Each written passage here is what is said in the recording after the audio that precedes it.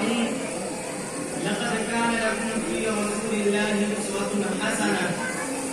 وقال النبي صلى الله عليه وسلم: تركت فيكم أمرين لن تضلوا ما تمسكتم بهما، كتاب الله وسنة رسوله، أو كما قال عليه الصلاة والسلام. مہمانان الباب، اساتذہ کرام اور حضرات سامعین، اللہ رب العزت کا احسان ہے، اس کا فضل و کرم ہے، اس نے اس مبارک اور مقدس اجتماع کی مناسبت سے ہمیں یہاں جمع فرمایا. حضرات گرامی، جو آیت کریمہ تلاوت کی گئی ہے، آپ کے سامنے جو حدیث شریف پڑھی گئی ہے، دونوں کا تعلق براہ راست ہم سب کے ہاتھ و رحمت امیر و مرشد محسن آدم صلی اللہ علیہ وسلم کی حیات طیبہ سے. اللہ تعالیٰ نے اس آیت میں مسلمانوں کو زندگی گزارنے کے لیے ایک ڈھنگ اور طریقہ بتایا ہے، دنیاوی زندگی کے لیے ایک نمونہ مقرر کیا ہے، فوز و فلاح نظام ایک عظیم فارمولہ عطا کیا ہے. اس آیت میں اللہ تعالیٰ نے نبی پاک صلی اللہ علیہ وسلم کی قابل تقلید زندگی کو مسلمانوں کے لیے آدیت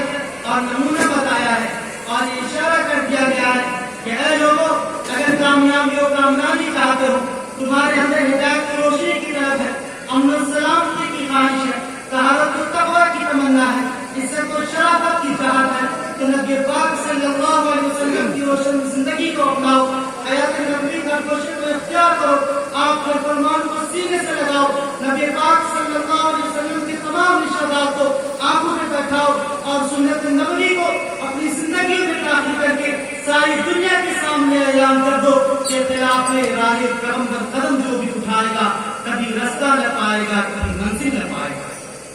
حضرات گرامی، پوری اسلامی تاریخ گواہ ہے کہ جس وقت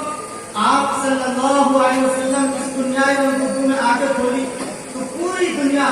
تاریخ کی ظلمت میں جڑی ہوئی تھی، کفر و شرک پر سر اقتدار تھا، جہالت و نااہلی کا دور تھا، الفت و محبت نام کی بھی کوئی چیز نہ تھی، وحشت و بربریت اپنے عروج پر تھی، انسان کے خون کا پیاسا تھا، قتل و غارت طریقہ بازار جام تھا، اور ایسا محسوس ہو رہا تھا کہ اب اس دنیا میں ہدایت و روشنی کا سورج طلوع نہیں ہوگا، اس کائنات کا بحران ختم نہیں ہوگا، اس دنیا کو انسانیت کا درس نہیں ملے گا، اور ہمیشہ کے لیے لوگ آداب انسانیت سے محروم ہو جائیں گے. ایسے نازک اور پرآشوب دور میں ایک ایسی ہستی کا ظہور ہوا جسے نور و ہدایت کی انتخاب حاصل کی. ایک ایسی شخصیت وجود میں آئی جو الفت و محبت کا انوکھا سا چشمہ تھی، وہ ذات جو لوگوں کے لیے یقین محکم کا درجہ رکھتی تھی، جس کے اندر انسانیت شناسی اور انسان نوازی کا وصف نمایاں تھا، اور وہ فیض و بقرار، وہ ذات جو جن کا فیض و بقرار انسانوں اور حیوانات سے تجاوز کر کے درختوں سے مدار سب کو عام تھا. اور دنیا نے دیکھا کہ جو لوگ اس دامن ہدایت سے وابستہ ہوئے وہ زندہ جاوید ہو گئے، جنہوں نے اس مکتب فکر میں تعلیم پائی، نبی پاک صلی اللہ علیہ وسلم کے سچے جانشین کرائے، جن لوگوں نے اس آستانے کو مضبوطی سے تھامے رکھا، ورضی اللہ عنہ ورضوا عنہ کے بشارت آمیز الفاظ سے نوازے.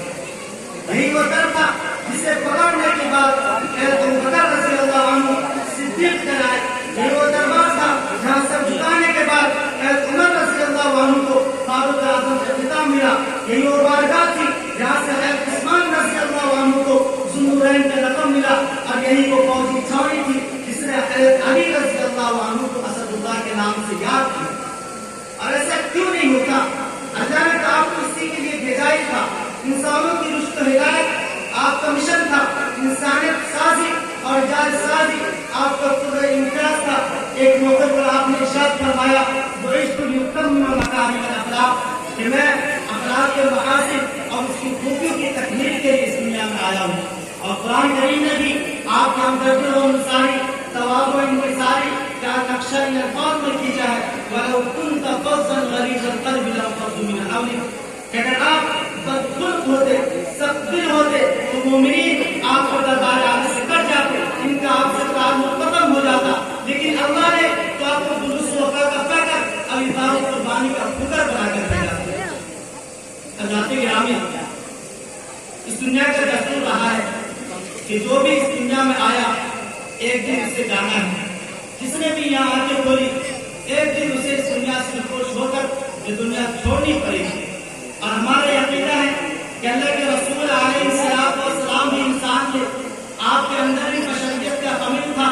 چنانچہ جس طرح ہر بڑا اپنے چھوٹوں کے لیے کچھ وصیت کر جاتا ہے، کچھ ہدایات دے کر جاتا ہے، لائف کے طور طریق بتا کر جاتا ہے، ٹھیک اسی طرح اللہ کے رسول علیہ السلام نے بھی ہمیں کچھ ہدایات دے کر گئے، کچھ نصیحتیں کر کے گئے، محنت اور اخلاق بتا کر گئے ہیں۔ اللہ کے رسول علیہ السلام نے ارشاد فرمایا ترکت فیکم امرین لن تضلوا ما تمسکتم بہما کتاب اللہ و سنت رسولہ، کہ اے لوگوں میں اس دنیا سے جا رہا ہوں اور اس دنیا کو چھوڑ رہا ہوں اور دو چیزیں تمہارے حوالے کر کے جا رہا ہوں، دو امانتیں تمہیں سپرد کر کے جا رہا ہوں اور قرآن و سنت کی شکل میں دو چراغ تمہارے لیے جلا کے جا رہا ہوں۔ جب تک تم ان کی حفاظت کرو گے صراط مستقیم پر قائم رہو گے، جب تک انہیں اپنائے رہو گے زیب و زلال سے محفوظ رہو گے، جب تک انہیں اپنے سینوں سے لگائے رکھو گے حق و حکام راہ دست ہوتی رہے گی، اور جب تک انہیں مشعل راہ بنائے رہو گے میرا وسیلہ حیات تمہاری زندگیوں میں باقی رہے گا۔ یاد رکھیے کہ آج مسلمانوں کی نکبت و پستی اور محکومی و غلامی کی اہم وجوہات میں سے سب سے بڑی اور سب سے بڑا سبب وہ ہے کہ ہم نے آج ہم لوگ زیادہ حق سے منحرف ہو گئے، قرآنی تعلیمات سے ہم نے اپنے آپ کو آزاد کر لیا، اللہ کے رسول علیہ السلام کی تعمیر کردہ راہ ہدایت پر چلنا چھوڑ دیا۔